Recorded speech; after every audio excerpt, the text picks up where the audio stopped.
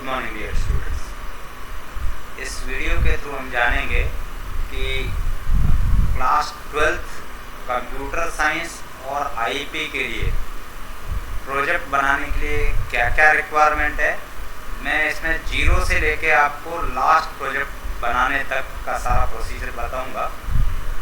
सो 12th science और IP दोनों बच्चों के लिए कुछ चीज़ें कॉमन हैं और कुछ चीज़ें अलग है, तो मैं दोनों तरह से प्रोजेक्ट बनाने का तरीका आपको बताऊंगा। तो सबसे पहले हम देखते हैं कि कोई भी प्रोजेक्ट बनता है तो उसके लिए क्या प्री रिक्वायरमेंट है या प्री रिक्वेस्ट है। तो 12th साइंस के बच्चों के लिए और 12th कॉमर्स के बच्चों के लिए, आईपी नॉर्मली 12th कॉमर्स के बच्चे लेते हैं और सीएस जो है 12th साइंस के बच्चे लेते हैं। So basic knowledge of Python सबको होना चाहिए कि पाइथन में प्रोग्राम कैसे लिखा जाता है, इफ कैसे काम करता है, वाइल कैसे काम करता है, फोर कैसे काम करता है, ये सब बेसिक आपको आइडिया होना चाहिए। वेरिएबल कैसे डिक्लेयर करते हैं या फाइल को सेव कैसे करते हैं। उसके बाद जो है पाइथन की जो बेसिक रिक्वायरमेंट है, अगर हम एसक्यूएल के थ्रू बना सकते हैं पाइथन और एसक्यूएल के थ्रू, दूसरा हम सीएसवी फाइल के थ्रू बना सकते हैं, तीसरा बाइनरी फाइल के थ्रू बना सकते हैं। ये बाइनरी फाइल का कॉन्सेप्ट सिर्फ 12th सीएस वाले बच्चों के लिए और पांडास का कॉन्सेप्ट सिर्फ आईपी वाले बच्चों के लिए, तो इसलिए मैंने इसको इधर रखा है। और सीएसवी फाइल दोनों सीएस और आईपी दोनों बच्चे मिलके बना सकते हैं। बेसिक एसक्यूएल का नॉलेज 12th कॉमर्स के बच्चों को तो होगा, उम्मीद करता हूँ 12th साइंस के बच्चों को 12th क्लास में आने के बाद ही मिलता है। बट मैं ये मान के चलता हूँ कि इस स्टेज तक बच्चों को पाइथन के साथ साथ बेसिक एसक्यूएल का नॉलेज उन्होंने गेन कर लिया होगा। तो ये वीडियो का मेन फोकस रहेगा, हम पाइथन के साथ पाइथन और एसक्यूएल दोनों को मिला के, दोनों को कनेक्ट करके किस तरह से एक प्रोजेक्ट बना सकते हैं, ये इस वीडियो का मेन एम है। उसके बाद जो है आपके सामने आएगी दूसरी रिक्वायरमेंट कि पाइथन को कैसे इंस्टॉल करें, माई एसक्यूएल को कैसे इंस्टॉल करें, कौन सा पाइथन इंस्टॉल करें, कहाँ करें, कैसे करें। तो इस वीडियो में मैं आपको ये भी बताऊंगा कि 32 बिट का पाइथन है या आपका 64 बिट का आपको इंस्टॉल करना है। कैसे चेक करें हमारे को कौन सा पाइथन चाहिए, कि आपका कंप्यूटर का ऑपरेटिंग सिस्टम यहाँ से आपको देखने से पता लगेगा। तो ये पॉइंट नंबर 1 अभी मैं आपको बता देता हूँ कि आपको कैसे पता लगे कि आपको कौन सा पाइथन कितने बिट का इंस्टॉल करना है। तो मैं इसको मिनिमाइज करता हूँ। ये आपका माई कंप्यूटर होगा या दिस पीसी होगा, इसके ऊपर राइट क्लिक करें और फिर लेफ्ट क्लिक प्रॉपर्टी पे करें तो आपको एक विंडो खुलेगा। इस विंडो में आपको दो चीज़ें दिखाई देगी। एक यहाँ पे आपको देखना है कि आपका विंडोज़ ऑपरेटिंग सिस्टम कितने बिट का है। ये देखो यहाँ पे मेरे पीसी में 64 बिट का है। और दूसरी चीज़ आपको एक एडवांस में जाके देख लेनी है, आपको करना कुछ नहीं है, ना ही ये रिक्वायर्ड है प्रोजेक्ट के लिए। बट आप एक चीज़ देख लें जो बाद में आप जब पाइथन इंस्टॉल करोगे तब आपको काम आएगी। और इसमें नीचे देखो, यहाँ पे आप क्लिक कीजिए एडवांस में, और एडवांस में आपको एक विंडो खुलेगी जिसमें एनवायरनमेंट वेरिएबल में, और नीचे यहाँ आप देख लीजिए पाथ नाम का वेरिएबल दिख रहा है। आपको कुछ नहीं करना है, इसको सिर्फ देख लेना है, ठीक है। और इसकी वैल्यू आपको नीचे देखने को मिल जाएगी पाइथन, यहाँ देख लीजिए ये पाइथन 311 लिखा हुआ है, सिर्फ देख लीजिए। तो इस विंडो को मैं क्लोज कर देता हूँ। तो मेरा कंप्यूटर 64 बिट का, मुझे 64 बिट वाला पाइथन इंस्टॉल करना है। कहाँ से करना है, बच्चों को नए नए आते हैं, पता नहीं लगता है कि कहाँ से कौन सा पाइथन इंस्टॉल करना है, तो मैं आपको बता देता हूँ। वो भी मैंने यहाँ लिंक कॉपी कर रखा है। और जो है आपका ऑपरेटिंग सिस्टम आपने चेक कर लिया बिट, उसके बाद पाइथन को आपको डाउनलोड करना है। अगर 32 बिट का है तो 32 बिट का करना है, 64 बिट का है तो 64 बिट का करना है। उसके बाद आपको माई एसक्यूएल या तो डाउनलोड करना है या वैम्प नाम का एक सॉफ्टवेयर आता है जिसका 3.1, 3.2, 3. वॉटएवर लेटेस्ट वर्जन अवेलेबल है, आप कोई भी कर सकते हैं, या 2.7 और उसके बाद का करना, 2.7 या उसके बाद का। तो इसको भी आपको डाउनलोड करना पड़ेगा या माई एसक्यूएल आपको डाउनलोड करना पड़ेगा। मिनिमम मेरा आपसे रिक्वेस्ट है माई एसक्यूएल 5.5 जो है आप डाउनलोड कर लें। और उसके बाद MySQL में एक ब्लैंक डेटाबेस बना दें। वो सारे स्टेप्स में बताऊँगा। पहला स्टेप आपने सीख लिया कि कैसे आपको चेक करना है पाइथन आपको कौन सा इंस्टॉल करना है। दूसरा स्टेप आपने देख लिया कि बिट कैसे चेक करनी है आपको। अब पाइथन कहाँ से डाउनलोड करता, तो मैंने यहाँ एक लिंक बना रखा है और उस लिंक पे आप क्लिक करेंगे तो आपको पाइथन डाउनलोड, मैं आपको दिखा देता हूँ कहाँ से पाइथन डाउनलोड करना है। गुड मॉर्निंग बच्चों, आपको कैसे पाइथन को डाउनलोड करना है तो आप गूगल खोल लीजिए और पाइथन डाउनलोड आप उसको क्लिक करें तो आपको एक लिंक मिलेगा जिसमें आपको पहला लिंक python.org का, देखिए python.org पे जाना है।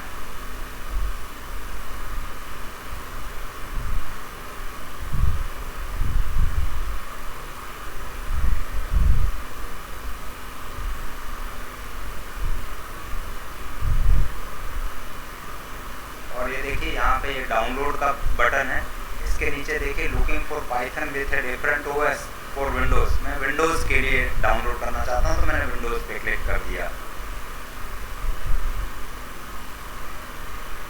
तो ये बहुत सारे पाइथन के बहुत सारे वर्जन्स आते हैं विंडोज़ के लिए। तो अभी लेटेस्ट 3.12 चल रहा है। तो ये देखिए बहुत सारे हैं, इस लिस्ट में से मैंने जो डाउनलोड करके रख लिया है ताकि आपका समय बचे। तो मैंने जो है पाइथन फॉर विंडोज़ 3.11.5 है, तो मैं इसमें आपको इंस्टॉल करना बता, मैंने डाउनलोड करके रख लिया है। तो इसको डबल क्लिक करता हूँ मैं।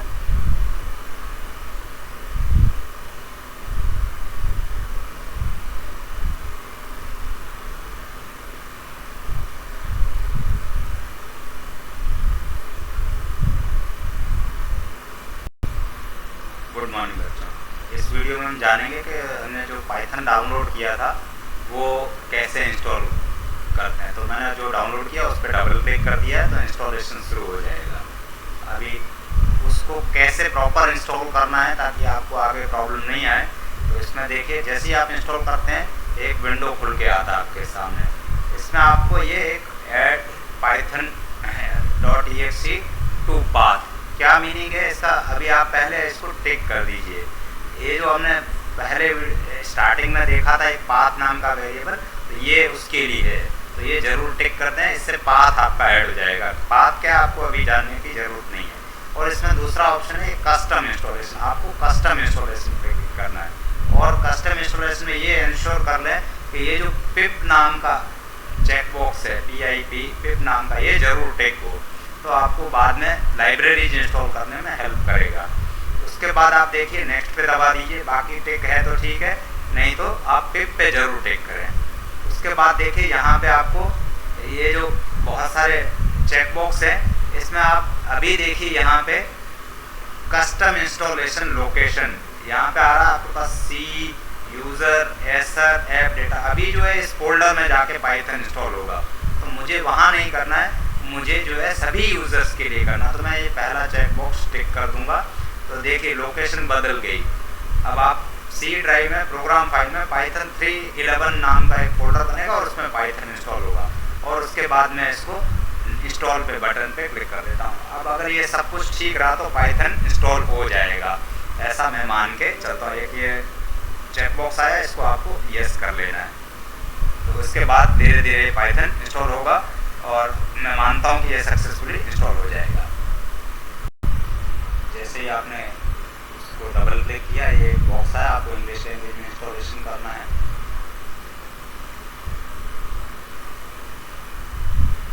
और आपको एक्सेप्ट करना है, नेक्स्ट दबाना है और उसके बाद नेक्स्ट दबाना है। और ये लोकेशन पूछा कहाँ आपको इंस्टॉल करना है और उसके बाद नेक्स्ट दबाते जाना है। तो आपका नेक्स्ट दबाना है और ये मेरे पास ऑलरेडी इंस्टॉल वो आपने ये दोनों सॉफ्टवेयर प्रॉपरली इंस्टॉल कर लिए होंगे। उसके बाद आपको एक ब्लैंक डेटाबेस बनाना है। एक बात ध्यान रखना है, जब भी MySQL के थ्रू जो है अगर आप प्रोजेक्ट बनाते हैं तो, और अगर आपने वैम्प इंस्टॉल किया तो पहले वैम्प को इंस्टॉल करना है, फिर पाइथन को इंस्टॉल करना है, पाइथन को स्टार्ट करना, पहले वैम्प को स्टार्ट करना और उसके बाद पाइथन को। वैम्प सर्वर जब तक चलेगा तभी MySQL जो है काम करेगा। और अगर आपने MySQL इंडिपेंडेंटली इंस्टॉल किया है तो उसकी कोई ज़रूरत नहीं है। तो अब उसमें हम MySQL स्टार्ट करके एक ब्लैंक डेटाबेस बनाएंगे। कैसे बनाएंगे आइए देखते हैं। तो ये मैंने यहाँ पे अपना वैम टाइप किया, वैम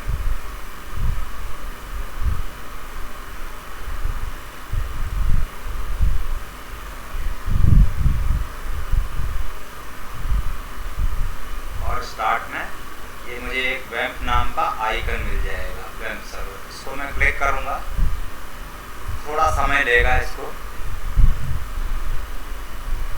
अब आप देखिए यहाँ टास्क बार में एक वैम्प का आइकन आएगा। ये आपको जो है do you want to allow this app to make changes, yes. अब आप देखिए यहाँ पे आपके पास ये वैम्प सर्वर स्टार्ट हो रहा है। थोड़ा सा आपको जो है पेशेंस रखना होगा, एक बार ये थोड़ा समय लेता है। एक बार अगर आपका ये वैम्प सर्वर स्टार्ट हो गया तो देखिए यहाँ आइकन ग्रीन हो गया है, मेरा जब माउस का कर्सर मूव हो रहा है तो यहाँ पर ग्रीन आइकन पे आपको क्लिक करना है। ग्रीन हो तभी आपको क्लिक करना है और इसमें देखिए MySQL में आपको यहाँ MySQL कंसोल में जाना है और ये पूछेगा रूट, यूज़र नेम आपका क्या है, रूट, और ओके कर देना आपको। अब ये यहाँ पासवर्ड पूछ रहा है। अगर आपने इंस्टॉल करने के टाइम वैम्प को कोई पासवर्ड डाला तो वो डालना है, नहीं तो आपको ब्लैंक स्क्रीन पे जो भी पासवर्ड अगर आपने एंटर इंस्टॉलेशन के टाइम डाला है तो उसको एंटर यहाँ करना है। तो मैं यहाँ एंटर कर देता हूँ, मेरे पीसी में कोई पासवर्ड नहीं है। तो अब आप यहाँ देखिए एक MySQL प्रॉम्प्ट आ गया आपके पास। अब आपको यहाँ पे MySQL का कोई भी कमांड आप लिख सकते हो। तो मैं एक ब्लैंक डेटाबेस बना लेता हूँ। यहाँ पे मैंने लिखा, एक मिनट इसको प्लेन कर देता हूँ। मैंने यहाँ लिखा create space database, create database और स्कूल नाम का एक डेटाबेस और उसके बाद एक सेमीकोलन। हर MySQL कमांड देख लीजिए, क्रिएट डेटाबेस स्कूल, हर MySQL कमांड के बाद आपको एक सेमीकोलन कंपलसरी है, उससे वो टर्मिनेट होता है। एंटर किया, आपको can't create database school already exist है, इसमें ऑलरेडी बना हुआ है इसलिए मैसेज आया, नहीं तो ये नहीं है। मैं दूसरा बना के बता देता हूँ, क्रिएट डेटाबेस स्कूल 1 और सेमीकोलन। तो इस तरह से आपका एक डेटाबेस क्वेरी होके 1 रो अफेक्टेड। आपको कैसे पता लगेगा बनेगा या नहीं, बना या नहीं बना, तो आप शो डेटाबेसेस, प्लूरल है ध्यान रखिएगा, शो डेटाबेसेस कर दीजिए। आपको यहाँ पे देखिए स्कूल 1 नाम का ऑलरेडी स्कूल तो बना हुआ था और स्कूल 1 का यहाँ ऑलरेडी बन गया, देखिए। तो इस तरह से आपका डेटाबेस क्रिएट हो जाएगा। और ये आपका एक बार डेटाबेस क्रिएट हो गया। अब आप प्रोजेक्ट बनाने के लिए रेडी हैं। अब आपका एक काम और रह गया है जिसमें लाइब्रेरी आपको इंस्टॉल करनी है। लाइब्रेरी कैसे इंस्टॉल करनी है इसमें देख लेते हैं एक बार, नेक्स्ट पेज पे। अब आप देखिए लाइब्रेरी इंस्टॉल कैसे करनी है। अगर आपको मैथ लाइब्रेरी करनी है या सिस लाइब्रेरी करनी है और कोई मैथ लाइब्रेरी के लिए कुछ नहीं करना, आपको पाइथन इंस्टॉल किया तो आपकी लाइब्रेरी मैथ की इंस्टॉल, सिस भी वैसे ही है, मैथ कोई आपको कुछ भी नहीं करना होगा। अगर आपको पांडास लाइब्रेरी इंस्टॉल करनी है, MySQL कनेक्टर लाइब्रेरी आपको इंस्टॉल करनी है, मैटप्लॉट लाइब्रेरी इंस्टॉल करनी है, या और स्पेलिंग मिस्टेक है तो सॉरी, तो आपको ये कमांड लिखना है। कहाँ लिखना है, पिप इंस्टॉल पांडास, पिप इंस्टॉल मैटप्लॉटलिब। पहला कमांड ये है, दूसरा कमांड ये है और तीसरा कमांड ये है। जो लाइब्रेरी पिप का यहाँ पी स्मॉल है सॉरी, तो आपको जो लाइब्रेरी इंस्टॉल करनी है उसको आपको कहाँ करना है, गो टू कमांड प्रॉम्प्ट पे जाइए और इन कमांड से लाइब्रेरी इंस्टॉल कीजिए। तो मैं एक बार कमांड प्रॉम्प्ट पे जाता हूँ, इसको मैं बंद कर देता हूँ। डेटाबेस हमारा बन चुका है। स्टार्ट पे क्लिक कीजिए और CMD टाइप कर लीजिए, CMD, और इसको हो सके तो राइट क्लिक करके एडमिनिस्ट्रेटर मोड में स्टार्ट कीजिएगा, नहीं तो भी चलेगा वैसे, नहीं तो राइट क्लिक में एडमिनिस्ट्रेटर मोड में स्टार्ट कीजिएगा। एक बार हमारा कमांड प्रॉम्प्ट स्टार्ट हो गया। अब हमको यहाँ क्या करना है, वो 3 कमांड बताए जो मैंने, उसको आपको लिख लेना है। अगर आपका पाइथन प्रॉपरली इंस्टॉल है कैसे कर, उससे पहले हम एक बार चेक कर लेते हैं। आप पिप सिर्फ लिख के देख लीजिए।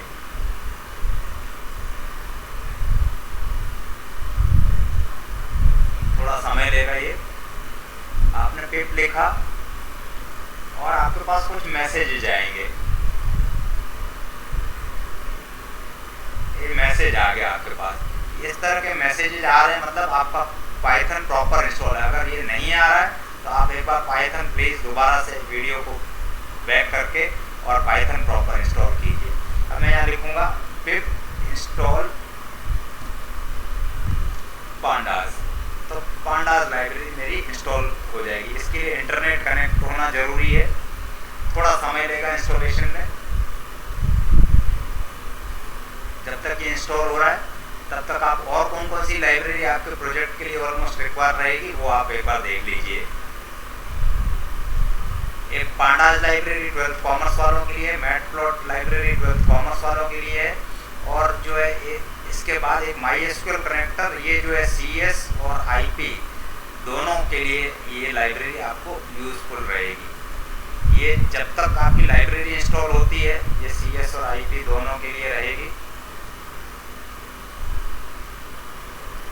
जब तक ये लाइब्रेरी इंस्टॉल हो रही है बैकग्राउंड में, आइए हम देखते हैं कि इसके बाद पाइथन के अंदर हमको क्या क्या जरूरत है। एक तब तक आपको एक बेसिक व्हाइल लूप का आइडिया दे देता हूँ जो प्रोजेक्ट के लिए बहुत आपको हेल्प करेगा। और अगर आपने इतना कर लिया तो ये समझिए आपने प्रिपरेशन कर ली है प्रोजेक्ट बनाने की। अब आपको आगे ज़्यादा दिक्कत नहीं आएगी। थोड़ा सा स्लो हो रहा है, एक बार लाइब्रेरी देख लेते हैं। ये देखिए लाइब्रेरी इंस्टॉल हो रही है। मेरे पीसी में ऑलरेडी लाइब्रेरी इंस्टॉल थी, इसलिए मेरे पास क्या आया, लाइब्रेरी ऑलरेडी इंस्टॉलेशन। ये देखिए ऑलरेडी सेटिस्फाइड रिक्वायरमेंट, ये क्लोज हो गया है।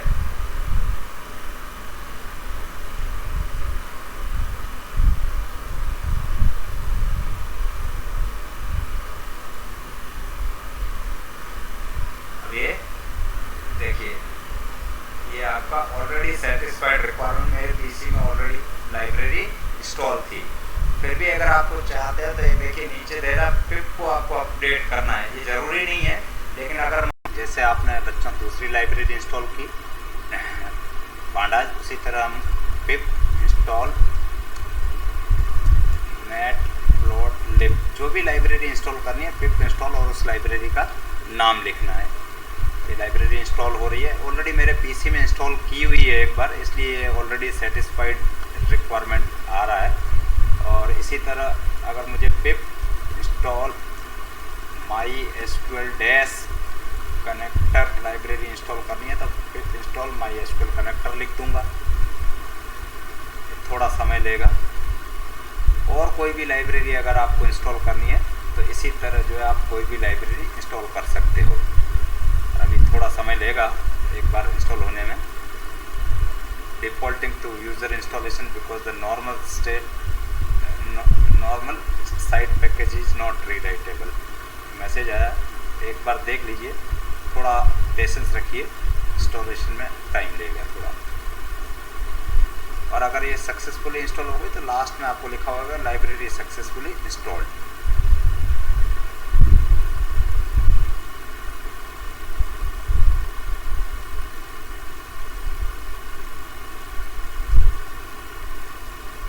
होप आपका इंस्टॉलेशन सक्सेसफुली हो जाएगा।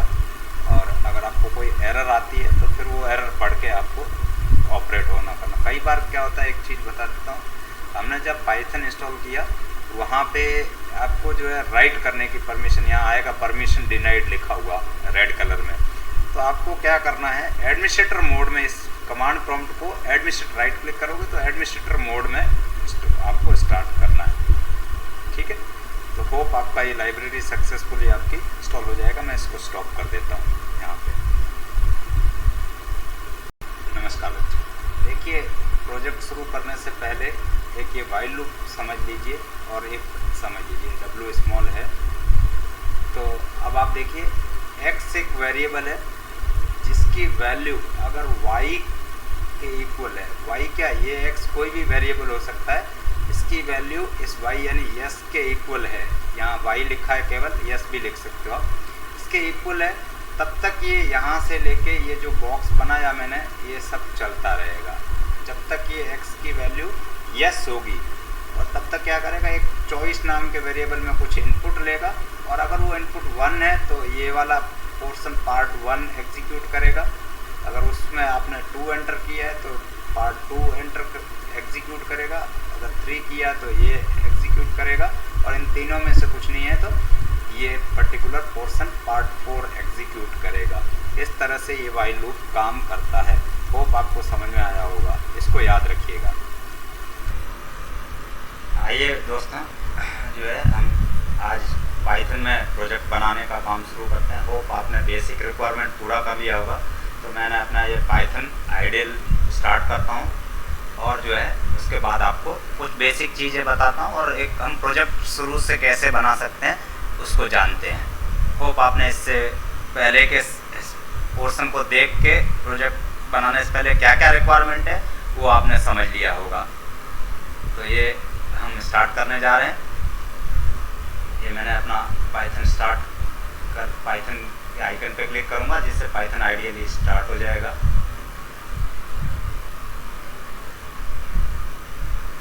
मेरे पास पाइथन 3.11 है।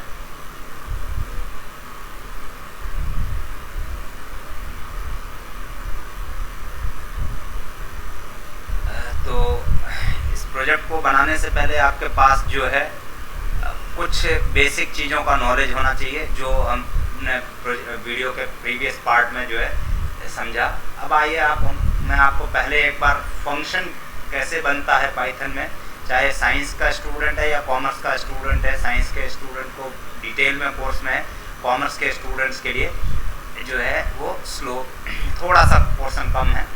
तो देखिए, मैंने एक ब्लैंक फाइल ओपन कर लिया पाइथन स्क्रिप्ट राइट करने के लिए। मैं इसको पहले सेव कर लेता हूँ, सेव,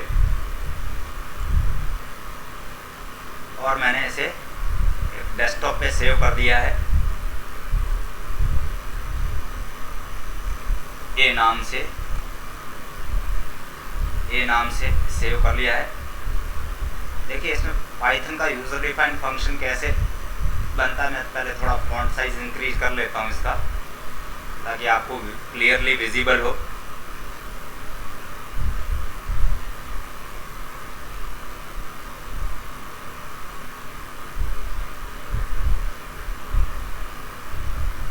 होप आपको विजिबल होगा। तो देखिए, हम यूज़र डिफाइंड फंक्शन बनाने जा रहे हैं, जिससे आपको ये आइडिया लगेगा कि फंक्शन का यूज़ क्या है, और फंक्शन आपकी लाइन ऑफ कोड को थोड़ा कम कर लेगा। तो देखिए, मैंने एक डेफ एक कीवर्ड है जिससे फंक्शन बनता है। मैं पहले बना लेता हूँ, फिर आपको एक्सप्लेन करता हूँ। x, y, और उसके बाद एक कॉलन, और इसके अंदर मैंने लिख दिया c = x + y, और रिटर्न c। अब ये हमारा जो फंक्शन है ऐड, अगर इसको मैं रन करूंगा तो मेरे पास कोई आउटपुट नहीं आएगा। तो देखिए, फंक्शन रन हो गया, लेकिन हमारे पास कोई आउटपुट नहीं आएगा। क्यों? क्योंकि इस फंक्शन को हमने बना तो दिया, लेकिन जब भी इसको यूज़ करना होगा हम कॉल करना पड़ेगा इस फंक्शन को। तो मैं यहाँ नीचे एक बार कॉल कर लेता हूँ इसी प्रोग्राम में। तो मैंने यहाँ कॉल करने के लिए आपको फंक्शन का नाम लिखना है, और फंक्शन को 2 वैल्यू चाहिए, तो 2, 3,5 मैंने दे दिया, और इसको रिजल्ट जो आएगा वो मैंने एक z नाम के वेरिएबल में स्टोर कर दिया, z = add ab। इसको अब आप एक बार अच्छे से समझ लीजिए, फिर मैं आपको रन करके बताता हूँ। तो देखिए, ऐड x और y 2 वैल्यू है जो फंक्शन को रिक्वायर्ड है, जिनको आर्ग्यूमेंट बोलते हैं। ऐड हमारे फंक्शन का नाम है, डेफ एक कीवर्ड है, और फंक्शन की ये जो पोर्शन है इसको बॉडी कहा जाता है, बॉडी ऑफ द फंक्शन। सो ये x और y को ऐड करेगा और रिजल्ट c में स्टोर करेगा, and whoever will call this function, जो भी इस फंक्शन को कॉल करेगा उसको c की वैल्यू मिल जाएगी। तो यहाँ ऐड ये कॉल है, तो 3 और 5 वैल्यू हमने प्रोवाइड कर दी, और सम करके आपको z में स्टोर करवा के रिजल्ट दे देगा। तो मैं इसको प्रिंट कर लेता हूँ, प्रिंट z,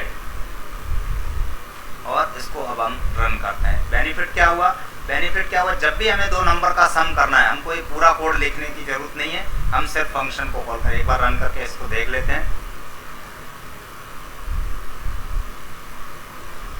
ओके,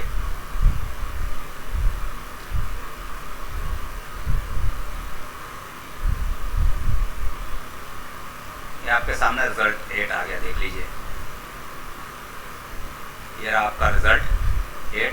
तो इस तरह से हम कोई भी फंक्शन बना सकते हैं।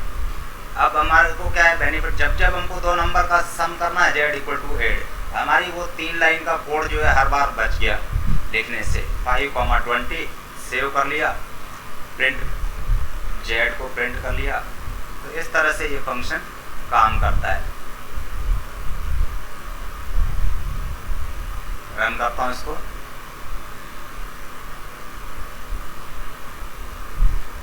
थोड़ा सा स्लो आएगा आउटपुट, प्लीज वेट।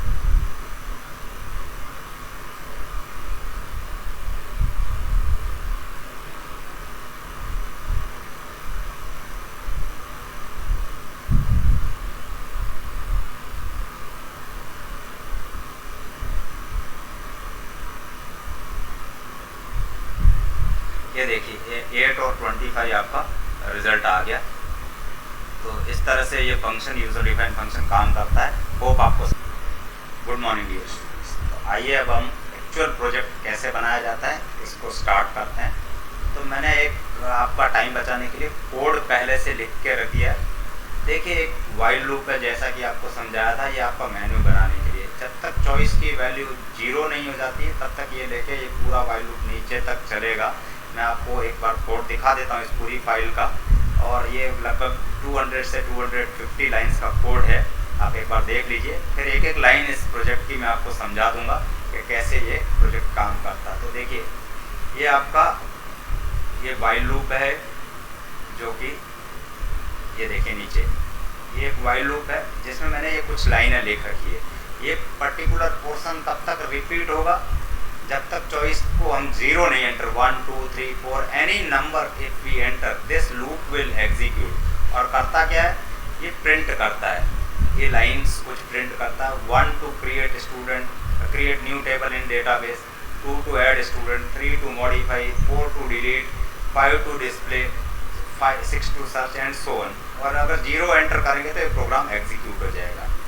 अब अगर मान लो ये यहाँ से चॉइस की वैल्यू इनिशियली नन है, और जैसे ये प्रिंट करने के बाद आप ये सबसे पहले ये प्रिंट करेगा।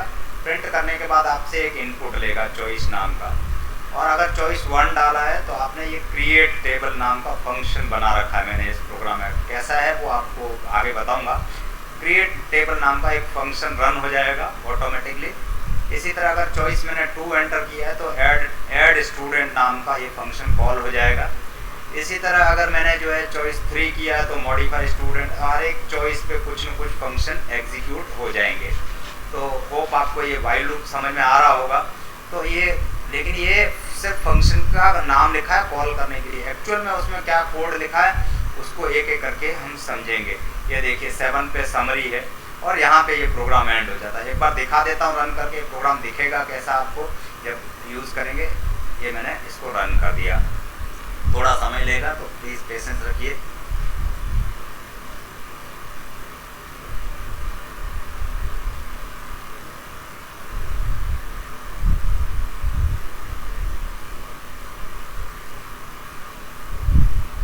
Please wait.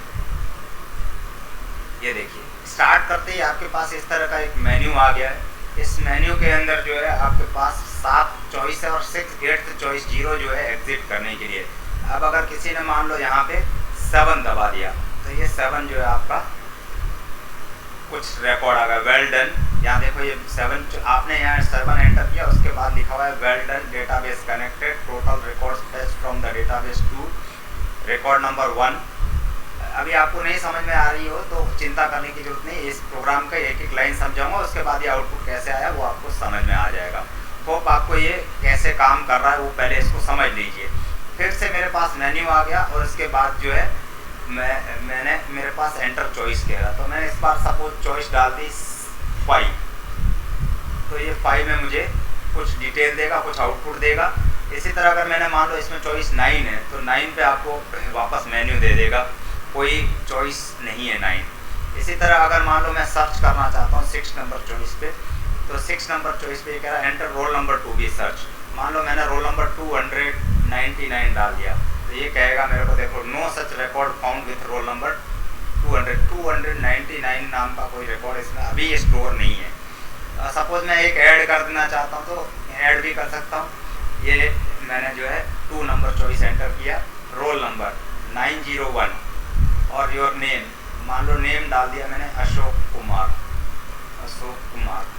ठीक है। मेल है कि फीमेल, मेल, ठीक है। अकाउंटिंग के मार्क्स मान लो 76 डाल दिए, 87 मान लो मैंने BST के मार्क्स डाल दिए और ये कह रहा है रिकॉर्ड सेव्ड सक्सेसफुली, एक रिकॉर्ड सेव हो गया।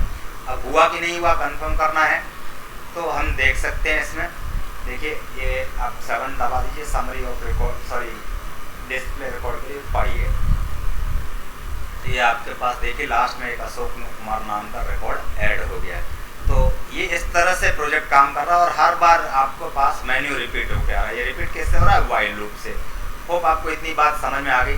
अब ये सारे मैं चॉइस एंटर करने पे कैसे कोड एग्जीक्यूट होता है उसको समझते हैं। मैं इसको बंद कर देता हूँ, 0 करके एग्जिट कर देता हूँ, तो ये बंद हो गया प्रोग्राम। इसको मैं आउटपुट विंडो को बंद कर देता हूँ। ये देखिए ये आपके पास वाइल लूप, होप आपको ये वाइल लूप समझ में आ गया। यहाँ से स्टार्ट हुआ, मेन मेन्यू जहाँ लिखा हुआ है, ये जो मेन मेन्यू लिखा हुआ यहाँ से प्रोग्राम स्टार्ट हुआ।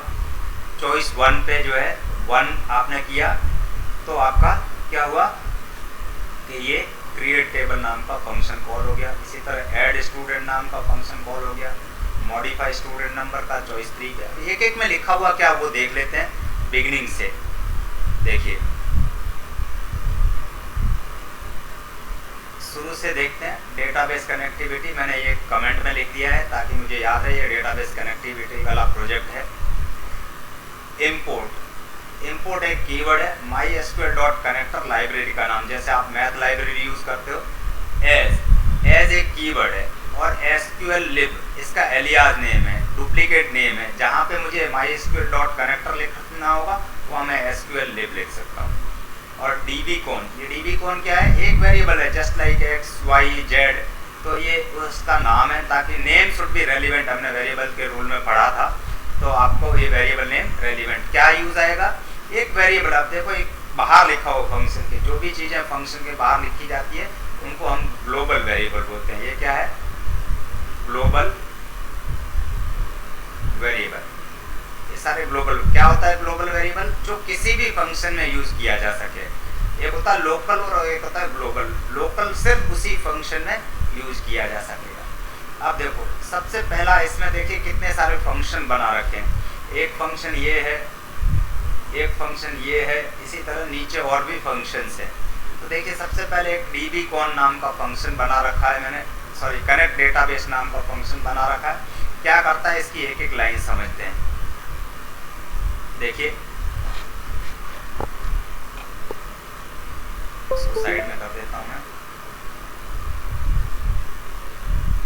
जस्ट ए मिनट, इसको नीचे कर देता हूं मैं, हॉरिजॉन्टल कर देता हूं, इससे आपको एक बीच में डिस्टर्ब नहीं करेगा। ये हमारा एक स्ट्रक्चर है जिस टेबल को हमने इस टेबल को हम बनाने वाले हैं और इस टेबल के अंदर ही हम सारा ऑपरेशन परफॉर्म करने वाले हैं। देखिए कैसे होगा एक एक करके। सबसे पहले आपको क्या करना पड़ेगा? प्रोग्राम को डेटाबेस से कनेक्ट करना पड़ेगा। इस प्रोग्राम को डेटाबेस से कनेक्ट करना पड़ेगा। तो आप देखिए जस्ट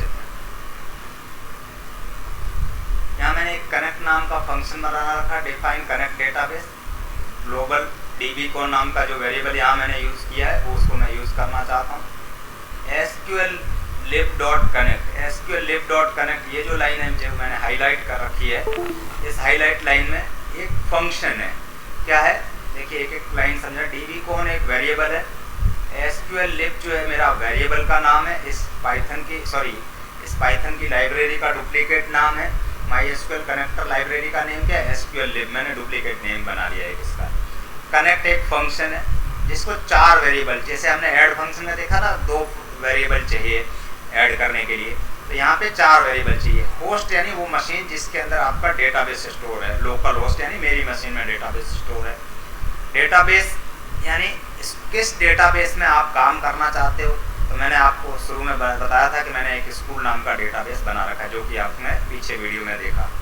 उसके बाद यूज़र नेम क्या होगा उस डेटाबेस से कनेक्ट करने के लिए? यूज़र नेम हमारा जो है रूट होगा। और पासवर्ड क्या होगा उस डेटाबेस को कनेक्ट करने के लिए। तो मेरे मशीन में कोई पासवर्ड नहीं है, इसलिए देखिए मैंने यहाँ पे ब्लैंक रखा है। अगर आपके पास मान लो XYZ पासवर्ड है तो आप यहाँ XYZ लिखेंगे सिंगल या डबल इन्वर्टेड कॉमा में। तो होप आपको ये समझ में आया होगा कि कैसे डेटाबेस को कनेक्ट करने के लिए एक फंक्शन है। अब ये फंक्शन जब भी कॉल होगा, ये फंक्शन जब कॉल होगा तो या तो डेटाबेस कनेक्ट हुआ होगा या नहीं हुआ होगा। तो अगर डेटाबेस कनेक्ट हुआ होगा तो dbcon में जो है कुछ वैल्यू आई होगी, नहीं तो क्या हुआ होगा उसमें कुछ वैल्यू नन आया होगा। तो हम यहाँ पे चेक कर लेते हैं। इस dbcon is connected function true result return करेगा अगर डेटाबेस कनेक्ट हो गया, नहीं तो फॉल्स रिजल्ट रिटर्न करेगा। अगर कनेक्ट हो गया तो यहाँ ट्रू आ जाएगा, ट्रू आएगा तो ये कंडीशन ट्रू होगी और उसके बाद जो है आपका ये मैसेज प्रिंट हो जाएगा। ये सिर्फ हमने कंफर्मेशन के लिए मैसेज प्रिंट किया, नहीं भी करते तो सिर्फ एक लाइन से डेटाबेस कनेक्ट हो जाएगा। एक बार फिर से देख लीजिए, डेटाबेस फंक्शन को आपको 4 आर्ग्यूमेंट की जरूरत है। होस्ट यानी उस मशीन का नाम, डेटाबेस कौन से कनेक्ट करना चाहते हो उसका यूजर नेम, MySQL में डिफॉल्ट यूजर नेम रूट रहता है और पासवर्ड मैंने मेरे मशीन में कोई नहीं है, ब्लैंक है, बिना पासवर्ड के मेरा डेटाबेस कनेक्ट हो जाएगा। उसके बाद अगर यहाँ चेक करें dbcon की वैल्यू, dbcon.isConnected फंक्शन है जो ट्रू होगा अगर ट्रू रिजल्ट रिटर्न देगा अगर डेटाबेस कनेक्ट हो गया, अदरवाइज ये फॉल्स देगा और नीचे मैसेज दे देंगे कनेक्शन फेल्ड। होप आपको इतना समझ में आया होगा कि ये डेटाबेस कैसे कनेक्ट होता है। आइए अब आप और मैं टेबल कैसे बनती है डेटाबेस में, आप चाहो तो डायरेक्ट भी बना सकते हो, बट प्रोग्राम के थ्रू कोई डेटाबेस में टेबल कैसे बनती है पाइथन प्रोग्राम के थ्रू। तो ये पोर्शन हमने देखा कि डेटाबेस को कनेक्ट करने के लिए यूज़ हो रहा है और इस पोर्शन को रिपीट करना है यहाँ पे। या तो हम क्या कर सकते हैं, ऊपर वाला कोड जो है ये सारा कोड जो है यहाँ रिपीट कर सकते हैं। उससे क्या होगा, अननेसेसरी डुप्लीकेसी बढ़ेगी और अगर कुछ करेक्शन भी आया तो जो है वो बार बार हमको करेक्शन दोनों जगह करना पड़ेगा। तो हमने इस क्या किया है, डेटाबेस कनेक्ट डेटाबेस नाम के फंक्शन को कॉल कर लिया है और ये कोड पहले एग्जीक्यूट हो जाएगा जब भी कोई ऑप्शन नंबर 2 या 1 जो भी दे रखा है क्रिएट टेबल के लिए, सॉरी ऑप्शन नंबर 1 दे रखा है, क्रिएट टेबल के लिए जो है ऑप्शन चूज करेगा व्हाइल लूप में, तो आपको एक क्रिएट टेबल फंक्शन ये कॉल होगा और ये पर्टिकुलर कोड एग्जीक्यूट हो जाएगा। तो देखिए इसमें कैसे ये कोड लिखा हुआ और इसका क्या मीनिंग है, आइए समझते हैं। तो देखिए सबसे पहले ये डेटाबेस से कनेक्ट करेगा और वो डेटाबेस से कनेक्ट होने के बाद हमको एक dbcon नाम का वेरिएबल प्रोवाइड कर देगा। ऑब्जेक्ट बोलते हैं डेटाबेस ऑब्जेक्ट। तो एक कर्सर नाम का वेरिएबल है जिसमें एक कर्सर क्रिएट किया है। ये कर्सर क्या होता है, अभी आप इतना समझ लीजिए, एक टेम्परेरी मेमोरी है जिसमें डेटाबेस का कुछ पोर्शन हम कॉपी करके रखते हैं जब भी कुछ रिकॉर्ड प्रोसेस करना होता है। ये आपका डेटाबेस है और ये आपका पाइथन प्रोग्राम है, इनके बीच में इंटरेक्शन करवाने के लिए ये कर्सर काम आता है। कर्सर क्या, एक टेम्परेरी मेमोरी लोकेशन है, समझ लीजिए। तो होप आपको ये समझ में आया होगा। तो हमको एक कर्सर बनाना है। कर्सर किस में बनाना है, डेटाबेस में। तो देखिए मैंने dbcon.cursor लिखा है, ये dbcon.cursor।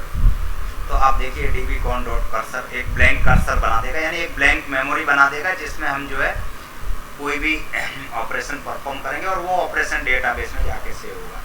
तो एक वेरिएबल है, ये एक स्ट्रिंग है, जस्ट लाइक एक स्ट्रिंग है, क्वेरी नाम का एक वेरिएबल है जिसमें ये स्ट्रिंग है। अब देखो लाइन को 2 पार्ट में, किसी स्ट्रिंग को 2 पार्ट में डिवाइड करने के लिए हमने 11th क्लास में सीखा था। तो देखिए ये लाइन कंटिन्यू है यहाँ से लेके और ये लाइन यहाँ सेमीकोलन के बाद डबल कोट तक कंटिन्यू है। स्लैश जो है आपने 11th क्लास में सीखा था, अगर मल्टीपल लाइंस में स्ट्रिंग लिखनी हो तो कैसे लिखी जाती है। तो अब आप देखिए उसके बाद मैंने क्या किया, ये जो स्ट्रिंग थी या तो मैं डायरेक्ट लिखता, ये क्वेरी की जगह ये स्ट्रिंग लिख लेता, तब ये वेरिएबल की जरूरत नहीं थी। तो ये क्वेरी यानी ये स्ट्रिंग लिखी हुई है और कर्सर में एग्जीक्यूट एक फंक्शन है जो डेटाबेस में कोई क्वेरी एग्जीक्यूट करवाता है। अगर ये क्वेरी सक्सेसफुल एग्जीक्यूट हो गई तो हमारे पास हमने क्लोज कर दिया, और अगर इसमें एरर आ गई तो ये डेटाबेस क्लोज नहीं हो पाएगा। तो मैं यहाँ एक मैसेज लिख देता हूँ नीचे, प्रिंट क्वेरी एग्जीक्यूटेड सक्सेसफुली। अगर ये मैसेज प्रिंट हुआ तो मतलब हमारी क्वेरी सक्सेसफुली एग्जीक्यूट हो गई है, अदरवाइज इस कोड में एरर आ गई है। तो आइए अब हम इसको एक बार चेक कर लेते हैं, रन।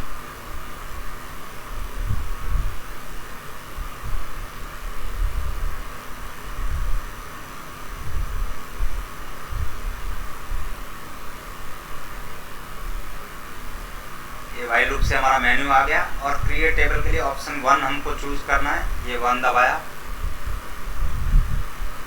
ये देखिए query executed successfully, database connected, query executed successfully. तो हमारी जो है टेबल बन गई है। देखिए अब आपको मैं जो है इफ नॉट एग्जिस्ट नहीं लिखता तो क्या होता, सॉरी इफ नॉट एग्जिस्ट अगर मैं नहीं लिखता उस केस में क्या होता। अगर सपोज मैंने टेबल इफ नॉट एग्जिस्ट नहीं लिखा तो पहली बार तो ये कोड एरर नहीं देता, लेकिन नेक्स्ट टाइम जब कोई रन करता, देखिए मैंने हटा दिया इसको और दोबारा से इसको एग्जीक्यूट करता हूँ।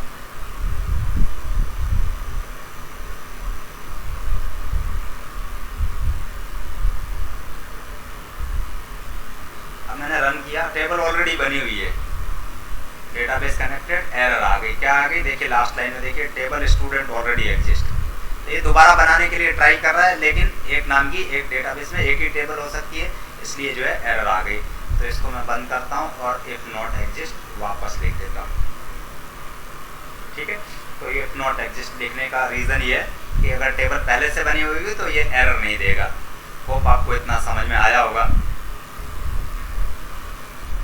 हेलो डियर स्टूडेंट्स, अब तक हमने जो है एक डेटाबेस बना लिया है और डेटाबेस के अंदर एक टेबल बना ली है। अब हम उस टेबल में जो है कुछ रिकॉर्ड इंसर्ट करना चाहते हैं, तो कैसे करेंगे उसके लिए मैंने क्या किया, एक ऐड स्टूडेंट नाम के फंक्शन को बनाया है, डिफाइन किया है। और सबसे पहले मैंने डेटाबेस से कनेक्ट कर दिया।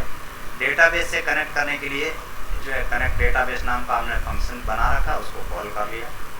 अब इसमें इंसर्ट कैसे होता है उसको समझने से पहले हमको एक थोड़ा सा फॉर्मेट फंक्शन के बारे में जान लीजिए। मुझे एक स्ट्रिंग बनानी है, इनपुट एंटर योर नेम। ये एक सिंपल इनपुट है, नेम नाम का वेरिएबल है जिसमें कोई नाम इनपुट करेगा। और मुझे प्रिंट क्या करना है, हेलो मिस्टर, और इसकी जगह मुझे क्या करना है, एक जो है ये ब्लैंक प्लेस होल्डर की जगह क्या है, जो नाम मैंने इनपुट किया वो आ जाए। तो उसके लिए एक फॉर्मेट फंक्शन आपको स्ट्रिंग के साथ इस तरह की फैसिलिटी देता है। तो ये हेलो मिस्टर एक स्ट्रिंग हो गई और उसके साथ ब्लैंक प्लेस होल्डर की जगह फॉर्मेट नेम, इस नेम को फॉर्मेट करके और स्ट्रिंग की फॉर्म में यहाँ प्लेस कर देगा और वो पूरी स्ट्रिंग क्या है, क्यू में स्टोर हो जाएगी। और क्यू हमारा यानी प्रिंट क्या होगा, हेलो मिस्टर और जो नेम हमने एंटर किया है। देखिए मैं आपको एक बार इसको एग्जीक्यूट करके दिखा देता हूँ तो आपको समझ में आएगा कि क्या हो रहा है। ये क्यों बता रहा हूँ, ये अभी आगे आपको समझ में आएगा, थोड़ा देर रुकिए।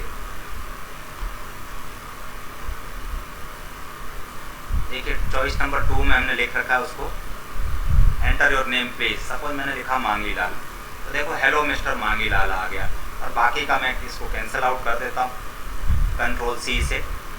तो अब आप देखिए ये आपको होप समझ में आया होगा कि ये हेलो और मिस्टर, उसके बाद ये ब्लैंक प्लेस होल्डर बना रखा है जहाँ पे क्या रिप्लेस होगा, ये जो नेम हमने इनपुट लिया है वो यहाँ पे किससे, फॉर्मेट और नेम से, और उसको हमने प्रिंट किया। अब इसको मैं रिमूव कर देता हूँ यहाँ से ताकि आपको एक्चुअल कोड क्या लिखना है। इसी तरह हमें एक स्ट्रिंग बनानी है जिसमें ये लिखा हो insert into student roll number नेस नेम। ये अगर डायरेक्ट लिखूंगा ऐसा तो हर बार रोल नंबर 103 जाएगा, नेम मांगी लाल जाएगा, जबकि मुझे ऐसा नहीं चाहिए। तो मैं एक स्ट्रिंग जनरेट कर रहा हूँ, str नाम का एक वेरिएबल ले लिया, उसमें यहाँ से यहाँ तो एज इट इज पूरा, और उसके बाद वैल्यूज। अब ये r कहाँ से आएगा, इनपुट लेना पड़ेगा, नेम कहाँ से आएगा, इनपुट लेना, जेंडर कहाँ से आएगा, इनपुट लेना पड़ेगा। और इसके बाद जो है यहाँ पे इस स्ट्रिंग के साथ में मैं क्या करूँगा, डॉट, यहाँ पे हमें क्या करना है, इसकी जगह वैल्यू आ जाए, वैल्यूज की जगह किसकी वैल्यूज आ जाए, उन वेरिएबल्स की। तो ये ब्रैकेट 1 2 3 4 जितनी वैल्यू है उतने हमको ब्रैकेट लगाने पड़ेंगे, 4 and 5। और इस स्ट्रिंग के साथ हमने क्या किया, एक फॉर्मेट फंक्शन लगा दिया और ब्रैकेट में ये सारे वेरिएबल्स लिख लिए। ध्यान रखिएगा स्ट्रिंग एंड होने के बाद डॉट करके फॉर्मेट लगाना है, तो ये आपका एक स्ट्रिंग तैयार हो जाएगा जिसमें इस तरह का कुछ दिखाई देगा। तो इसको भी मैं अभी रिमूव कर देता हूँ और आपको एक्चुअल कोड दिखाता हूँ। ये सारा मैंने रिमूव कर दिया है जो आपको अभी समझाया। तो होप आपको इतना समझ में आया होगा। अब आप देखिए इसको, ये मैंने 5 वेरिएबल में कुछ वैल्यू इनपुट कर ली है। ये आपको सेल्फ अंडरस्टूड है, 11th क्लास से पढ़ते आ रहे हो, ठीक है। और फिर क्या हुआ कि मैंने जो है क्वेरी नाम का वेरिएबल लिया, उस वेरिएबल में देखिए इंसर्ट इनटू, ये यहाँ से वहाँ तक जो अभी आपको समझाया वही है, और ये प्लेस होल्डर बना दिए। पहले प्लेस होल्डर पे क्या वैल्यू आएगी, जो RNO, ये RNO कहाँ से आया है, यहाँ इनपुट लिया है। इसी तरह नेम कहाँ से आएगा, नेम यहाँ इनपुट लिया है। इस तरह से जितने वेरिएबल्स चाहिए हमको उतने हमने इनपुट ले लिया और उनको एक प्लेस होल्डर में रिप्लेस कर दिया। अब जब मैं एग्जीक्यूट करूँगा तो एक मुझे कैसा दिखाई देगा, देखिए। तो मुझे ये प्रिंट करके देख लेता हूँ कैसा ये क्वेरी जनरेट होगी। उसके बाद मैंने कर्सर बनाया और उस कर्सर के थ्रू जो पहले आप समझ चुके हैं एग्जीक्यूट करा दी। अब ये क्वेरी एग्जीक्यूट सक्सेसफुली हो गई होगी तो क्वेरी स्टेटस नाम के वेरिएबल में जो है नन नहीं आया होगा। अगर नन नहीं आया है, सॉरी एरर नॉट फाउंड की जगह आपको लिखना है रिकॉर्ड एडेड और उसके नीचे देखिए रिकॉर्ड सेव सक्सेसफुली। अगर क्वेरी स्टेटस में नन नहीं आया होगा आपके पास, क्वेरी स्टेटस में नन नहीं आया होगा तो आपके पास एरर आई होगी और रिकॉर्ड नॉट एडेड। और अगर क्वेरी स्टेटस में नन आया होगा इसका मतलब क्वेरी सक्सेसफुली एग्जीक्यूट हो गई और रिकॉर्ड सेव सक्सेसफुली हमारे पास मैसेज आ जाएगा। और ये कमिट क्यों लिखा है, एक कमिट होता है परमानेंटली डेटाबेस में सेव करने के लिए। तो ये डायरेक्ट छोटी क्वेरी थी तो मैंने देखिए डायरेक्ट लिख दिया। अब आइए हम इसको एग्जीक्यूट करके देखते हैं।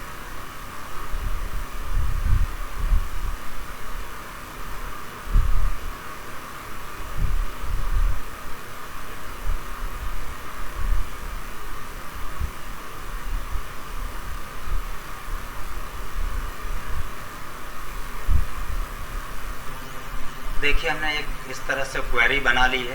अब इस क्वेरी में क्या प्रिंट होगा हम इसको रन करके देखते हैं।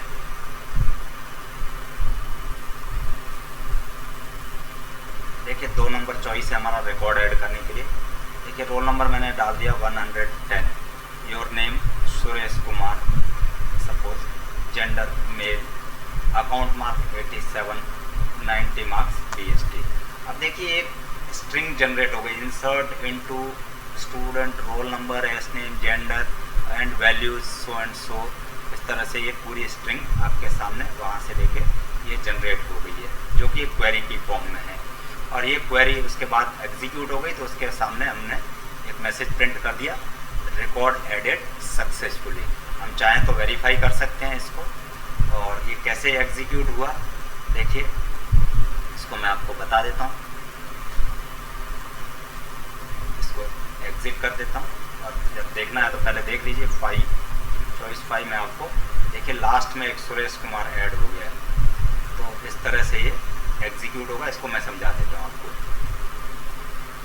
तो देखिए ये क्वेरी की स्ट्रिंग बना ली, कर्सर क्रिएट किया और कर्सर क्रिएट करने के बाद में मैंने उसको, ये क्वेरी स्टेटस नहीं भी लिखेंगे तो चलेगा, कर्सर के अंदर क्वेरी को एग्जीक्यूट करवा लिया। अगर ये एग्जीक्यूट सक्सेसफुली हो गई होगी तो ये लाइन तक पहुंचेगा, अदरवाइज नहीं पहुंचेगा कर्सर। तो ये प्रिंट जो आपने देखा क्वेरी की स्ट्रिंग आपको दोबारा दिखा देता हूँ एक बार रन करके। ये जो आपने देखा था इस तरह की स्ट्रिंग वो प्रिंट हो गई। रन करके दोबारा दिखा देता हूँ मैं, रन।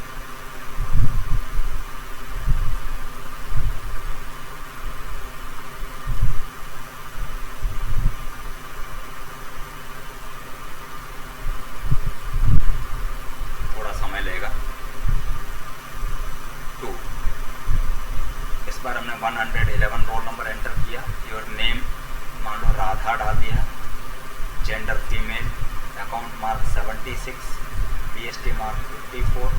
देखिए इंसर्ट इनटू, ये क्वेरी जनरेट हो गई, एक स्ट्रिंग जनरेट हो गई जो क्वेरी बनेगी आगे जाके और रिकॉर्ड सेव सक्सेसफुली। ये लाइन तभी प्रिंट हुई होगी जब ये लाइन एग्जीक्यूट हो गई होगी, अदरवाइज जो है ये एग्जीक्यूट नहीं हुई होगी।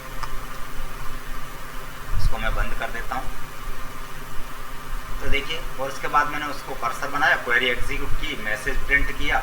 और एक देखिए यहाँ पे जो है इसको लिखने की ज़रूरत नहीं है आपको, db cursor dot execute. Commit क्या करता, रिकॉर्ड को उसको परमानेंटली सेव करता डेटाबेस में। तो उसके बाद जो है आपको, ये छोटी क्वेरी थी इसलिए मैंने इसको दोबारा से कमिट कर दिया और डेटाबेस का कर्सर क्लोज कर लिया और जो है मैंने उसको कर्सर को क्लोज कर लिया, डेटाबेस को क्लोज कर लिया। होप आपको समझ में आई होगी कि डेटाबेस में रिकॉर्ड कैसे ऐड होता है। नमस्कार डियर स्टूडेंट। देखिए अब हम किसी रिकॉर्ड को मॉडिफाई करना हो तो उसके लिए हमने एक मॉडिफाई स्टूडेंट नाम का फंक्शन बना रखा है। कनेक्ट किया डेटाबेस को, वही हमने कुछ वैल्यूज़ इनपुट की। अपडेट का एक बार क्वेरी का सिंटेक्स देख लीजिए कि अपडेट कोई रिकॉर्ड कैसे होता है डेटाबेस में, तो उसका जो है आप सिंटेक्स जान लीजिए। देखिए यहाँ पे update student set S name equal to Mangilal, update का ये सिंटेक्स है। अपडेट कीवर्ड है, क्वेरी है, स्टूडेंट टेबल का नाम है, सेट कीवर्ड है, एस नेम कॉलम का नाम है, नेम वो वैल्यू है जो रिप्लेस करनी है, gender equal to this, account equal to this, BST equal to this, where roll number equal to this. तो अब आप देखिए ये एक मैंने क्वेरी जनरेट की, update student set S name equal to placeholder. Placeholder कहाँ से आएगा? NM से आएगा। जेंडर का placeholder equal to this one. तो इस तरह से हमने एक स्ट्रिंग जनरेट कर ली, फिर कर्सर हमने बनाया और उस कर्सर में एक क्वेरी एग्जीक्यूट करवा दी। अब ये क्वेरी, ये पर्टिकुलर पोर्शन जो मैं हाईलाइट करके बता रहा हूँ आपको, ये पर टिक वाला पोर्शन एग्जीक्यूट हुआ कि नहीं हुआ, तो हम उसका रिजल्ट जो है अगर सक्सेसफुली एग्जीक्यूट हुआ होगा तो इसमें क्या आया होगा?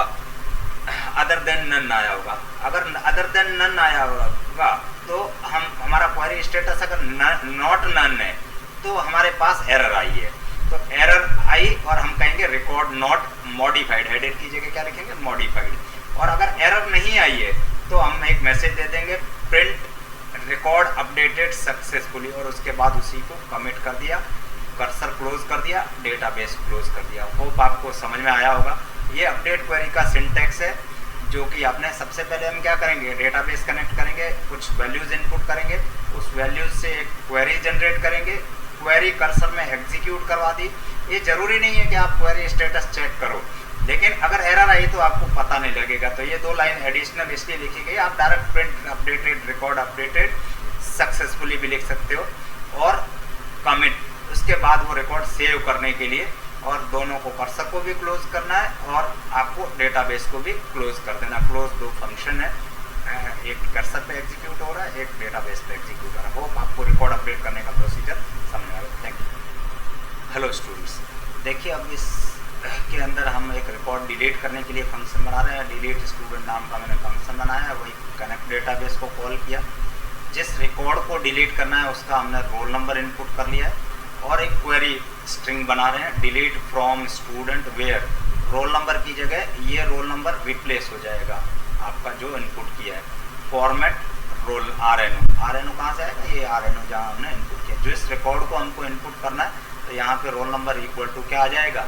10। सपोज आपको 110 रोल नंबर डिलीट करना है तो रोल नंबर 110 आपका डिलीट हो जाएगा। तो एक बार हम इसको एग्जीक्यूट करते हैं अभी, और उसके बाद उसको कर्सर बनाया, क्वेरी एग्जीक्यूट की, क्वेरी का स्टेटस चेक किया कि सक्सेसफुली एग्जीक्यूट हुई या नहीं हुई। अगर हुई तो रिकॉर्ड डिलीटेड सक्सेसफुली, और उसके बाद उसको सेव कर देंगे, जो कि आपने पहले देख चुके हैं। क्वेरी स्टेटस में क्या स्टोर कर दिया? Record DB cursor dot execute successfully. ये नहीं भी लिखोगे, अगर इतना भी लिखोगे, अगर ये इक्वल से पहले वाला पोर्शन नहीं भी लिखोगे तब भी ये सक्सेसफुली चलेगा, सिर्फ हम चेक नहीं कर पाएंगे। उसके बाद कर्सर को क्लोज कर दिया और डेटाबेस को क्लोज कर दिया। एक बार इसको एग्जीक्यूट करके देख लेते हैं अपडेट को और डिलीट को एक साथ, कि कोई रिकॉर्ड अपडेट हो रहा है या डिलीट हो रहा है कि नहीं हो रहा है। तो रन किया मैंने, सेव कर लिया इसको।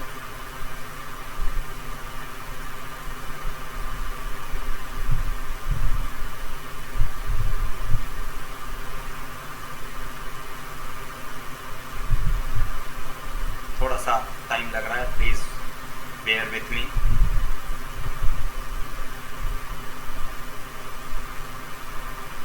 अब देखिए हमारा 4 नंबर चॉइस है, एंटर योर चॉइस 4 डिलीट करने के लिए।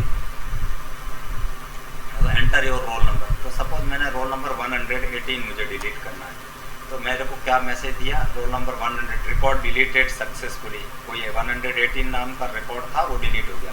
सपोज किसी ने ऐसा रोल नंबर डाल दिया जो है ही नहीं, 880 है, तो आपको क्या मिलेगा?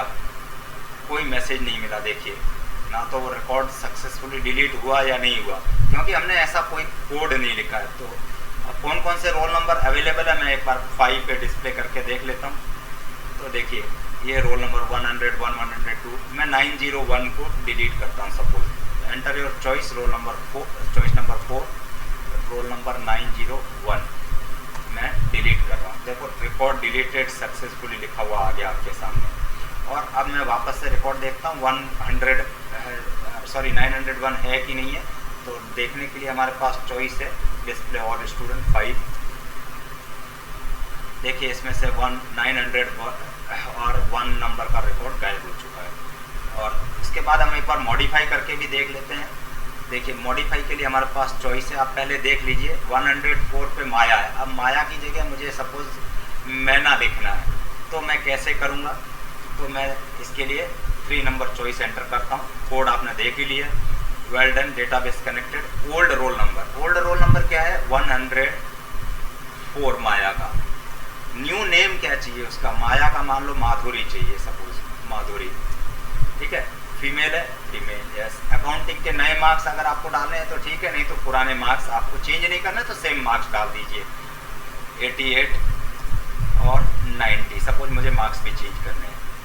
रिकॉर्ड अपडेटेड सक्सेसफुली मैसेज आ गया। आप चेक कर लेते हैं कि चेंज हुए या नहीं हुए। तो हमारे पास जो है 5 नंबर का ऑप्शन है डिस्प्ले करने के लिए। अब आप देखिए 104 पे माधुरी हो गया और नए मार्क्स आ गए हैं। तो होप आपको ये अपडेट और डिलीट का प्रोसीजर समझ में आया होगा। हेलो डियर स्टूडेंट्स, देखिए इसके अंदर हम क्या करने जा रहे हैं, जो डेटाबेस में रिकॉर्ड अभी तक हमने सेव कर रखे हैं उसको अगर देखना हो तो कैसे देखें डेटाबेस की टेबल में। तो मैंने एक क्वेरी ले ली है, सेलेक्ट स्टार फ्रॉम स्टूडेंट। मैंने डायरेक्ट इसमें इसलिए लिख दिया, किसी प्लेस होल्डर की मुझे ज़रूरत नहीं है।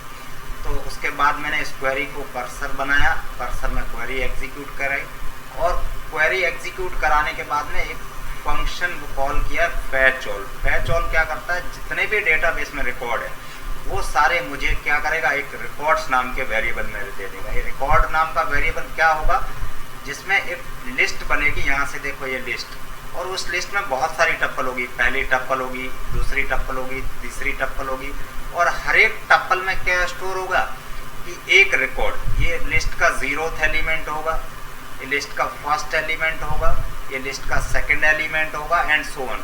सो एक लिस्ट ऑफ टप्पल्स मिल जाएगी जिसमें बहुत सारे रिकॉर्ड्स मेरे पास होंगे, और उस लिस्ट का नाम क्या होगा, रिकॉर्ड्स। एक रिकॉर्ड नाम की लिस्ट मिलेगी। देखो रिजल्ट में क्या मिलेगी, फैच ऑल से मेरे पास एक क्या मिलेगी, एक लिस्ट मिलेगी। उस लिस्ट में बहुत सारी टप्पल होगी और हर टप्पल में क्या होगा, एक रिकॉर्ड होगा। जैसे इस तरह, इसी तरह दूसरा रिकॉर्ड होगा, तीसरा रिकॉर्ड होगा। और डीबी कर्सर में से मैं रो काउंट, कितने रिकॉर्ड ऐसे कितनी टप्पल्स उसमें आई है, वो मैं रो काउंट नाम की एक प्रॉपर्टी है। देखिए इसके आगे ब्रैकेट नहीं लगा है ना, और फैच ऑल के आगे ब्रैकेट लगा है। तो ये एक फंक्शन है और एक प्रॉपर्टी है, एट्रीब्यूट है, जिसके अंदर आपको ये पता लगेगा कि टोटल कितने रिकॉर्ड फैच हुए। रिकॉर्ड फैच नाम के एक वेरिएबल में क्या करेगा, कितनी रो आई है डेटाबेस से वो पता लग जाएगा। x = 1, ये x = 1 क्यों लिया अभी आपको समझ में आएगा। Total records fetched from the database, ऐसा मैसेज प्रिंट हो जाएगा और हमारे पास लिखा हुआ आएगा टोटल। अगर हमारे पास 10 रिकॉर्ड आए हैं तो एक लाइन प्रिंट हो जाएगी। अभी एग्जीक्यूट करके देखेंगे हम, और हमारे पास यहाँ लिखा हुआ आ जाएगा total records fetched from the database 10। अब ये एक फॉर लूप चलाया मैंने। इस फॉर लूप में क्या लिखा हुआ देखिए, थोड़ा इसको समझिए। फॉर लूप में क्या है, रिकॉर्ड, एक रैक नाम का वेरिएबल है इन रिकॉर्ड्स। रिकॉर्ड्स क्या है, एक लिस्ट ऑफ टप्पल्स है। इस लिस्ट ऑफ टप्पल में जब इटरेट करेंगे तो सबसे पहले इस रैक नाम के वेरिएबल में क्या स्टोर होगा, ये 0th एलिमेंट, यानी ये टप्पल पूरी की पूरी रैक नाम के वेरिएबल में स्टोर हो जाएगी जब लूप फर्स्ट टाइम रन होगा। और print record number, record number x यानी क्या है 1, पहला रिकॉर्ड, और उसके आगे ये पूरी की पूरी टप्पल प्रिंट हो जाएगी। और उसके बाद x की वैल्यू 1 से बढ़ के 2 हो जाएगी। उसके बाद ये दूसरी रो में इटरेट करेगा, दूसरा रिकॉर्ड प्रिंट हो जाएगा, एंड सो ऑन। इस तरह से कब तक, जब तक हमारा सारा इस लिस्ट में इटरेशन नहीं हो जाता। कौन सी लिस्ट में, ये पूरी लिस्ट इटरेट नहीं हो जाती, तब तक ये सारे रिकॉर्ड आपको फैच करके दे देगा और प्रिंट करके दे देगा। एक बार देख लेते हैं इसको एग्जीक्यूट करके। रन में गया मैं, रन मॉड्यूल,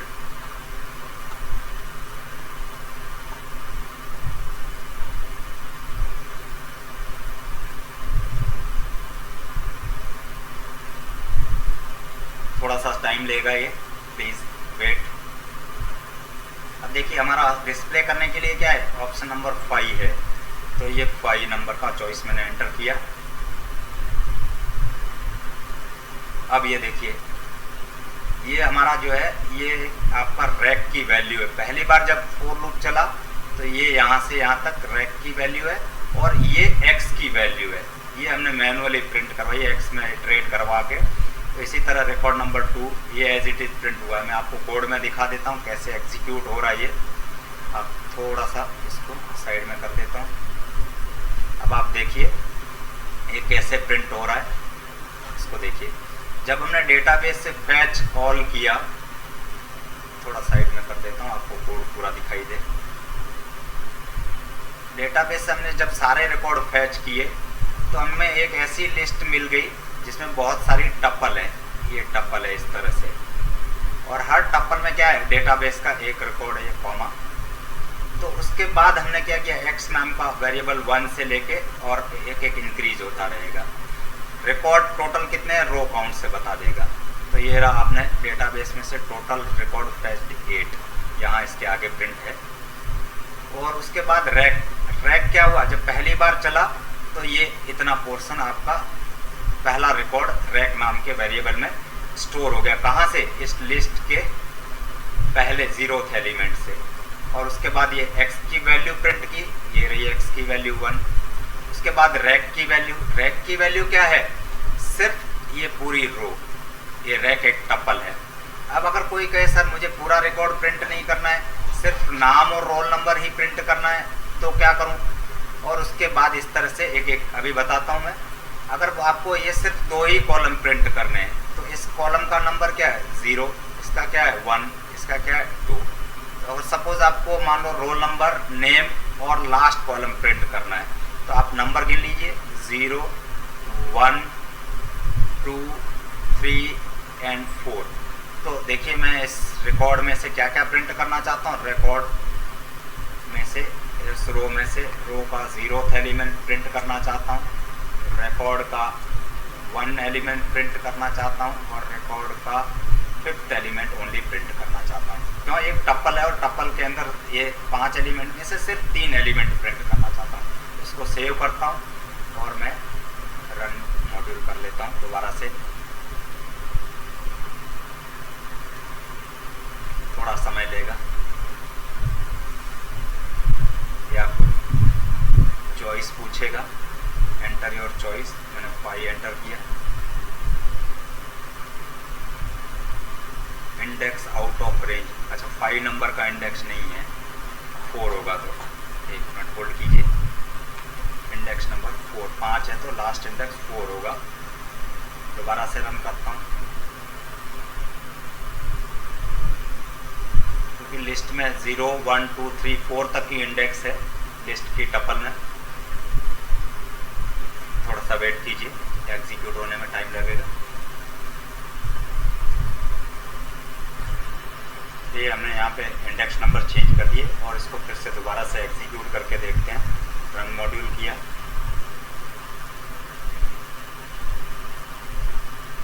थोड़ा सा टाइम लगेगा।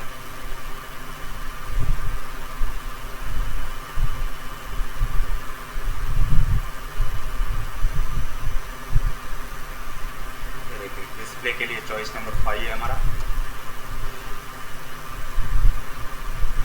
चॉइस 5 में देखिए रोल नंबर आ रहा है, नेम आ रहा है और अकाउंटिंग या बीएसटी जो लास्ट कॉलम था उसके मार्क्स आ रहे हैं। पहले सारा रिकॉर्ड आ रहा था, तो हमने जो क्या किया इसके लिए देखिए पूरे उस टपल के अंदर से क्या किया, सिर्फ 0th element. Just a minute, इसको मैं मिनिमाइज कर लेता हूँ। टपल के अंदर से क्या कर लिया, ये जो टपल थी हमारी पहले पूरी आ रही थी, किससे, जब हमने REC यहाँ लिखा था तो ये पूरी टपल प्रिंट हो रही थी। क्यों, ये लिस्ट का 0th एलिमेंट है। अब इस टपल का ये 0th एलिमेंट है, ये हमारा 1st एलिमेंट है और ये जो है हमारा 4th एलिमेंट है। तो ये सिर्फ ये 3 चीज़ें प्रिंट। अगर यहाँ मैं REC लिख दूंगा तो पूरा रिकॉर्ड आ जाएगा एक बार में। फिर दूसरी बार फॉर लूप चलेगा तो दूसरा रिकॉर्ड पूरा आ जाएगा, एंड सो ऑन। इस तरह से आपको आउटपुट मिलता रहेगा। डियर स्टूडेंट्स, आइए अब हम समझते हैं कि कोई रिकॉर्ड सर्च कैसे होता है। तो यहाँ तक तो सेल्फ एक्सप्लेनेटरी है, हमने सर्च रिकॉर्ड नाम का फंक्शन बनाया, एक जो है कनेक्ट डेटाबेस फंक्शन है उसको कॉल किया, वो रोल नंबर जिसको हमको सर्च करना है इनपुट कर लिया और एक क्वेरी स्ट्रिंग बनाई। ये अब आप समझ गए होंगे, यहाँ प्लेस होल्डर पे वो रोल नंबर रिप्लेस हो जाएगा जो आपको सर्च करना है। कर्सर क्रिएट किया, क्वेरी एग्जीक्यूट की, ये नहीं भी लिखोगे आपको तो फिर से बता देता हूँ, चलेगा क्वेरी सिर्फ हमको चेक करने के लिए। और फैच वन, अब यहाँ से क्वेरी से अगर एक से ज़्यादा रिकॉर्ड सर्च हुए हैं, होंगे नहीं क्योंकि रोल नंबर हमारा क्या है, वेयर रोल नंबर हमारा प्राइमरी की कॉलम था जो एक रोल नंबर का एक ही रिकॉर्ड होगा, तो हमने फैच ऑल की जगह क्या कर लिया, फैच वन। फिर भी हम एक बार चेक कर लेते हैं कितने रिकॉर्ड हमारे पास फैच हुए। कर्सर में हमने रो काउंट से पहले आप पढ़ चुके उसको, रिकॉर्ड फैच यहाँ पे 1 दे देगा आपको। और रिकॉर्ड फैच अगर -1 आया है, इसका मतलब क्या है, अगर मान लो कोई रिकॉर्ड, मान लो आपने रोल नंबर 110 डाला और 110 नहीं था, तो रिकॉर्ड फैच नाम के वेरिएबल में क्या आ जाएगा, -1 आ जाएगा। काउंट रो काउंट क्या देगा, -1, और आपको जो है मैसेज दे देगा no such record found with roll number, जो आपने रोल नंबर एंटर किया है। और अगर रिकॉर्ड सर्च हो गया सपोज, तो एल्स पार्ट में वो पर्टिकुलर रिकॉर्ड आपको ने जो फैच किया, कहाँ से फैच किया है, जैसे आपने फैच कॉल किया था वैसे ही आपके पास ये फैच वन है, ये जो सर्च किया हुआ रिकॉर्ड्स में चला जाएगा और वो रिकॉर्ड डायरेक्ट अब आपको इटरेट करने की ज़रूरत नहीं है। और उसके बाद हमने क्या किया, इसको क्लोज कर दिया। तो एक बार इसको एग्जीक्यूट करके देख लेते हैं, इसको क्लियर कर देता हूँ मैं और मैं इसको एग्जीक्यूट करके दिखा देता हूँ। रन मॉड्यूल,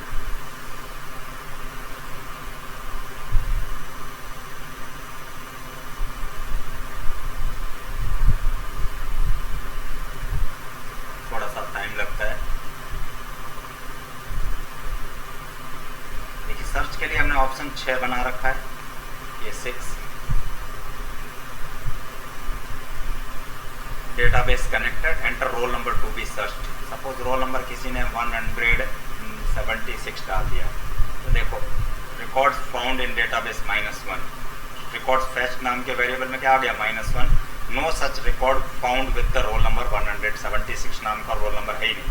तो दोबारा से मैं इसको सर्च करने के लिए जो रिकॉर्ड है उसको देख लेते हैं, enter your choice, roll number choice हमने 6 डाल दिया, एंटर किया और रोल नंबर टू भी सर्च 100 सपोज 2 डाल दिया इस बार मैंने, तो 102 पे सुमन है और ये उसका रिकॉर्ड है। इस तरह से आपको रिकॉर्ड डेटाबेस में से सर्च करके दिखा देगा। होप आपको समझ में आया। हेलो डियर स्टूडेंट्स, आइए अब हम एक और फंक्शन बनाते हैं जिसका नाम है समरी रिकॉर्ड्स। सबसे पहले डेटाबेस को कनेक्ट किया और एक क्वेरी एग्जीक्यूट करवाई, क्वेरी स्ट्रिंग बनाई है मैंने जिसका नाम है सेलेक्ट जेंडर। इसमें क्या क्या कॉलम आएंगे, जेंडर, एक जेंडर का कॉलम आएगा, एक मैक्सिमम मार्क्स का कॉलम आएगा किसके, अकाउंटिंग के, एक पीएसटी के, और इसमें से ग्रुपिंग बन जाएगी जेंडर कॉलम पे। तो टोटल 2 ग्रुप बन जाएंगे, एक मेल स्टूडेंट का, एक फीमेल स्टूडेंट का, और उनके अलग अलग मैक्सिमम मार्क्स आ जाएंगे। अगर मैं ये जेंडर पे ग्रुपिंग नहीं करता तो मेरे पास क्या होगा, सिर्फ मैक्सिमम मार्क्स आ जाते हैं, ठीक है ना। तो किस कॉलम के, जो कॉलम मैं यहाँ पे मेंशन करता हूँ उसके, लेकिन मुझे मेल का अलग चाहिए, फीमेल का अलग चाहिए। उसके बाद मैंने इस क्वेरी को के लिए एग्जीक्यूट कराने के लिए कर्सर बनाया, कर्सर को एग्जीक्यूट किया। ये नहीं भी लिखेंगे तो चलेगा, ये सिर्फ स्टेटस स्टोर करने के लिए, आप डायरेक्ट ये लिखेंगे तब भी ये चलेगा। तो उसके बाद जो है फैच ऑल में कितने रिकॉर्ड आएंगे, 2 रिकॉर्ड आएंगे, एक मेल वाले ग्रुप का रिकॉर्ड आएगा लिस्ट ऑफ टपल्स की फॉर्म में, और दूसरा फीमेल वाला आएगा। ये एक लिस्ट है और लिस्ट में जो है एक 2 टपल, ये टपल का नंबर रहेगा 0 टपल, ये 0th एलिमेंट है लिस्ट का, ये फर्स्ट एलिमेंट है, इस तरह से। और उसके बाद रो काउंट में 2 आ जाएगा। अगर कोई भी रिकॉर्ड नहीं होगा मेल फीमेल का तो कोई रिकॉर्ड फैच -1 आ जाएगा। और उसके बाद वही फॉर लूप के थ्रू हमने इटरेट किया, पहले ये वाला रिकॉर्ड प्रिंट होगा और उसके बाद ये वाला होगा। तो मैं यहाँ पे लिख देता हूँ, रिकॉर्ड नंबर की जगह मैं क्या लिख देता हूँ, सपोज मैक्सिमम मार्क्स, ठीक है। और इसको मैं रन करता हूँ, एक बार इसको क्लियर कर लेता हूँ और रन करता हूँ तो आपको क्लियरली दिखाई दे, आपको रिजल्ट कुछ इस तरह का मिलेगा।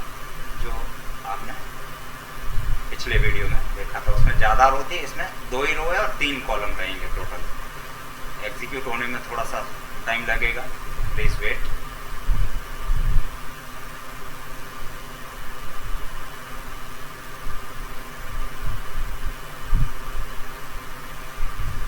थोड़ा सा प्रोसेसिंग में टाइम लग रहा है, प्लीज़ बेयर विथ मी।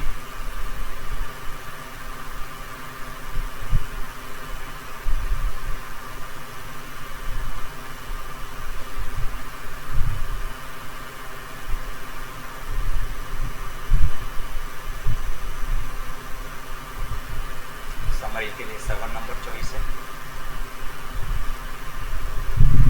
ये देखिए मैक्सिमम मार्क्स फीमेल के लिए पहले आ गए 88 और ये एक्चुअल मार्क्स हैं, तो मैंने तो डमी लिखे। और मैक्सिमम मार्क्स मेल के लिए आ गए 88 अकाउंटिंग में और बीएसटी में। तो इस तरह से जो है ये आपको आउटपुट देगा। Group by query 2 record fetch हुए। इसके बाद देखते हैं, देखिए इसको मैं क्लोज कर देता हूँ। तो अब आपको ये प्रोजेक्ट कंप्लीट हो गया, एक मिनी प्रोजेक्ट है। तो देखिए सबसे पहले आपने क्या किया, समराइज कर देता हूँ। ये मेन्यू बनाया मैंने। मेन्यू बनाने के बाद मेन्यू के अंदर चॉइस के अंदर अलग अलग फंक्शन को कॉल किया। अब ये फंक्शन क्या करना है अब आपको समझ में आ गया होगा। ये फंक्शन आपको एक एक मैंने एक्सप्लेन कर दिया। देखिए सबसे पहले मैंने क्या किया, तो आपको एक पूरा समराइज व्यू दे देता हूँ। सबसे पहले मैंने क्या किया, एक ये मेन्यू बना दिया। ये यहाँ से ये मेन्यू बना दिए। इस मेन्यू को मैंने वाइल लूप में डाल दिया और वाइल लूप के अंदर मैंने एक चॉइस नाम का वेरिएबल इनपुट ले लिया। अगर चॉइस 1 है तो क्या प्रिंट हो, देखिए चॉइस 1 है। देखिए ये चॉइस 1 पे ये क्रिएट टेबल नाम का फंक्शन कॉल होता है और जो ऊपर क्रिएट टेबल का कोड आपने देखा वो एग्जीक्यूट हो रहा है। इसी तरह ऐड स्टूडेंट का कोड कॉल होता है चॉइस 2 पे। हर एक चॉइस पे कोई ना कोई एक फंक्शन की कॉल हो रही है और वो फंक्शन एग्जीक्यूट हो रहा है। और इसमें जो है आपको अगर 1 2 3 4 5 6 7 के अलावा कुछ डाला तो ये एरर आएगी। सपोज 0 के लिए एग्जिट फॉर 0, तो मैंने यहाँ क्या किया, इफ चॉइस इक्वल टू 0 तो मैंने लिख दिया sys.exit। अब ये sys एक लाइब्रेरी है, प्रोग्राम बंद करने के लिए sys एक लाइब्रेरी है जिसका एग्जिट फंक्शन मैंने इसको हमको ऊपर इंपोर्ट करना पड़ेगा अगर इंपोर्ट नहीं की हुई है। तो यहाँ पे मैं लिख देता हूँ import sys और सेव कर लिया, इसको रन किया।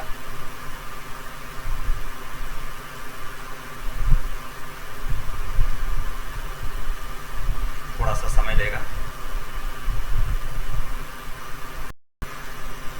सपोज आप चाहते थे कि एक मैसेज आ जाए प्रिंट करने से पहले, सॉरी एग्जिट होने से पहले, तो मैंने यहाँ क्या किया कि एक मैसेज प्रिंट कर दिया, print thank you for using this project और इसको सेव कर दिया, रन कर दिया। अब एग्जिट होने से पहले आपको एक मैसेज मिल जाएगा जिससे आपको पता लगे हाँ प्रोग्राम स्टॉप हो गया है।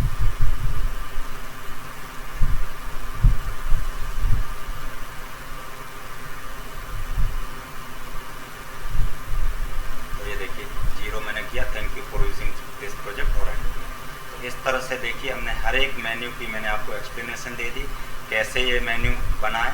लास्ट 1 मिनट में क्विकली जो मैं आपको बता देता हूँ।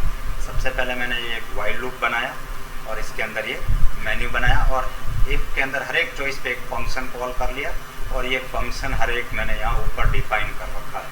होप आपको ये प्रोजेक्ट अच्छा लगा होगा, समझ में आया होगा। आपको कोई भी डाउट लगता है तो मुझे जो है आप मेरे चैनल पे मैसेज करके बता सकते हैं। Thank you for watching this video. ये मेरे चैनल का नाम है और इस पर आपको ये वीडियो मिल जाएगा और डिस्क्रिप्शन में एक लिंक डाल दूंगा मैं जिसके अंदर आपको ये पूरा प्रोजेक्ट का जो है डाउनलोड करके आप यूज़ कर सकते हैं। ये मेरे चैनल की प्लेलिस्ट का लिंक है और ये कोड एट होम नाम का मेरा चैनल है। Thank you for watching this video. Thank you.